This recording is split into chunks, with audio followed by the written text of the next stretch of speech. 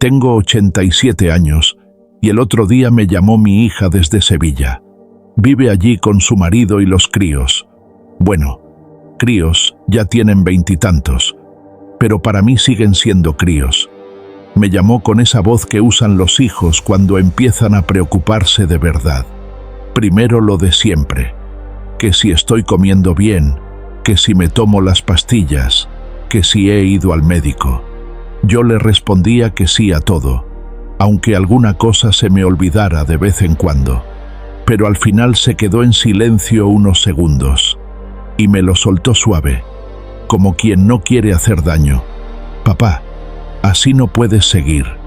No me lo dijo con mala intención, lo sé, lo dijo con miedo, con ese miedo que tienen los hijos cuando empiezan a ver a sus padres hacerse pequeños. Yo le dije que lo pensaría, que estaba bien, que no se preocupara, pero cuando colgué el teléfono, me quedé sentado en el sofá mirando la tele sin verla de verdad, porque en el fondo entendí lo que me estaba diciendo. No hablaba de la comida ni de las pastillas, hablaba de algo más grande, hablaba de que ya no me veía tan fuerte como antes.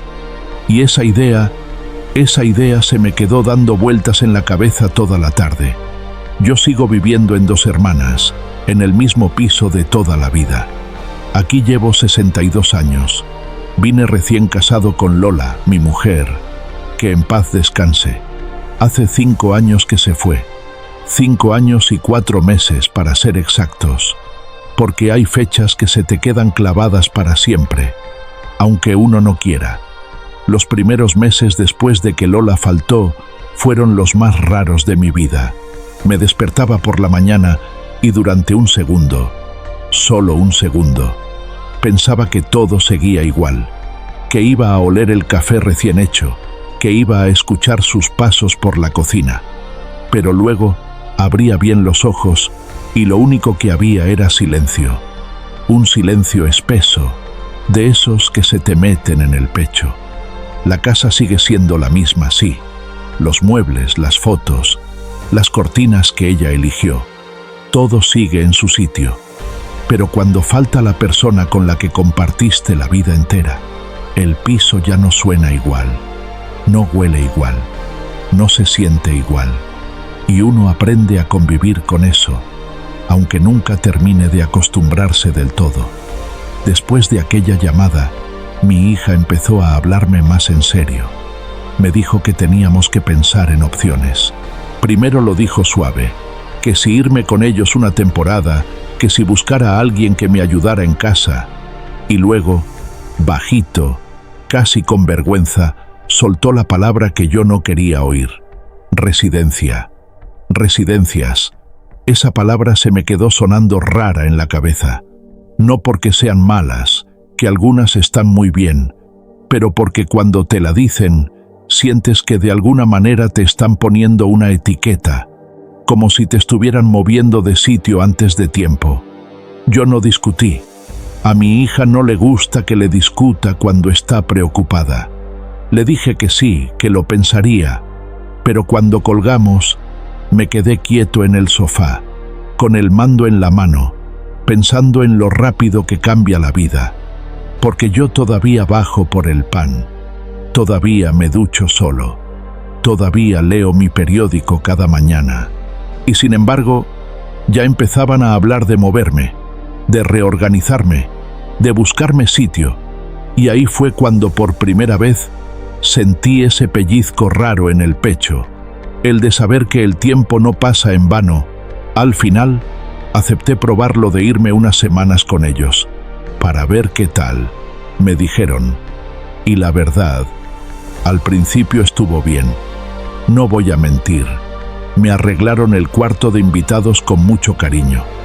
Mi hija me hacía la comida caliente todos los días, y los nietos cuando llegaban se acercaban a darme un beso rápido antes de meterse en sus cosas. Después de tanto silencio en mi casa, aquello se sentía casi como un alivio. Había ruido, movimiento, puertas que se abrían y se cerraban. Por las mañanas olía a café otra vez, aunque no fuera el de Lola. Y durante unos días pensé que a lo mejor mi hija tenía razón, que quizá un poco de compañía fija no me venía mal. Pero las casas, igual que las vidas, tienen su propio ritmo, y el de ellos no era el mío. Ellos iban deprisa, siempre deprisa. Se levantaban temprano, salían corriendo, volvían tarde.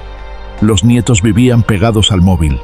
Y yo empecé a notar algo que no me gustaba. No era falta de cariño, era otra cosa más silenciosa, más incómoda. Era la sensación de estar fuera de sitio. No me trataban mal, que eso quede claro. Mi hija estaba pendiente de todo, mi yerno siempre educado. Pero poco a poco empecé a notar que yo no encajaba en ese engranaje. Me iba a dormir cuando ellos apenas empezaban a ver la tele.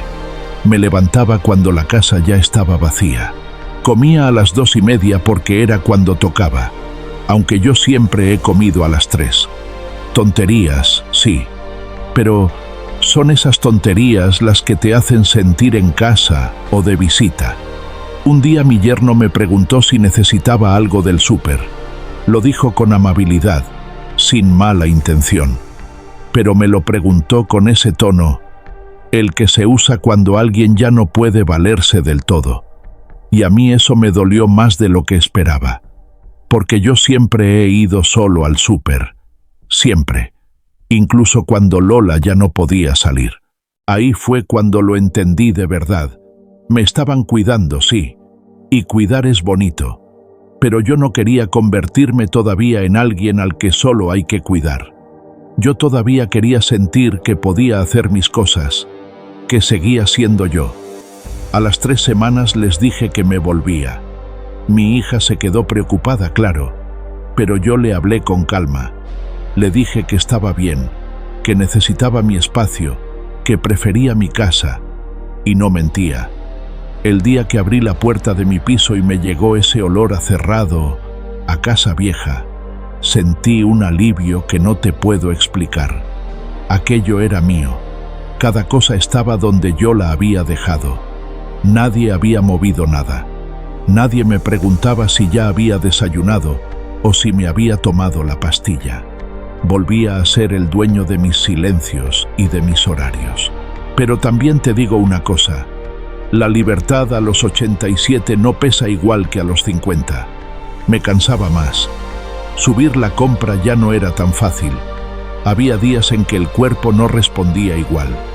Y aunque yo me repetía que estaba bien, que podía solo, en el fondo, empezaba a notar que la casa también se me hacía más grande que antes, más callada, más exigente. Volver fue un alivio, sí, pero también fue enfrentarme otra vez con la realidad. La prueba de fuego llegó una tarde cualquiera. Estaba en el baño como cualquier día y resbalé. Una tontería de verdad. No me rompí nada, gracias a Dios, pero me quedé en el suelo unos minutos intentando incorporarme, y esos minutos se me hicieron muy largos. Mientras estaba allí tirado, mirando las baldosas frías, me vino un pensamiento que no me gustó nada. ¿Y si esto pasa de noche? ¿Y si me doy un golpe de verdad? ¿Quién me encuentra?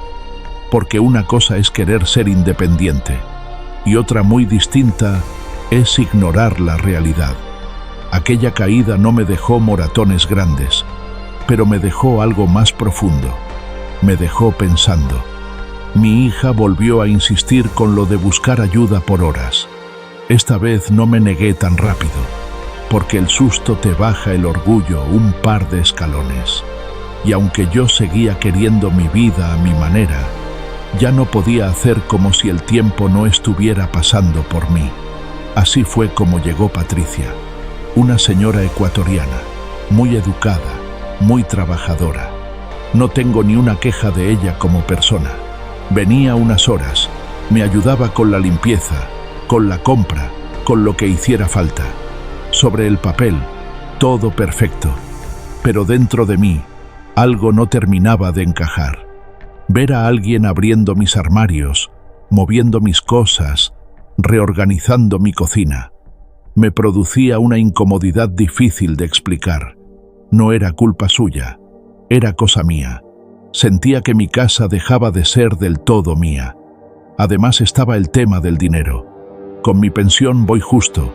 Pagar ayuda diaria, aunque fueran pocas horas, era un pellizco importante. Y para colmo, cuando Patricia no podía venir, mandaban a otra persona distinta, y luego otra. Y yo ya no sabía ni a quién tenía que explicarle dónde guardaba las cosas. Aquello empezó a cansarme más de lo que me ayudaba. Y fue entonces cuando mi hija volvió a sacar el tema de la residencia. Esta vez ya no sonó tan lejano, pero tampoco me sonó bien. Fuimos a ver una residencia cerca de casa, moderna, limpia, con jardín bonito. Nos enseñaron las habitaciones, el comedor, la sala de actividades. Todo muy correcto, muy profesional, muy organizado. Pero mientras caminaba por los pasillos, yo no veía comodidad. Veía horarios: desayuno a las 9, comida a la 1:30, cena a las 8, actividades de 10 a 11. Todo medido, todo marcado. Y luego estaban algunos residentes, personas que ya ni te miraban, otros en silla de ruedas, algunos completamente ausentes. Y yo pensaba, pero si yo todavía camino, todavía me ducho solo, todavía bajo por el pan, ¿de verdad este es ya mi sitio? Aquella tarde volví a casa en silencio. Me senté en el mismo sofá donde me senté 1000 veces con Lola y me eché a llorar. Así, sin hacer ruido.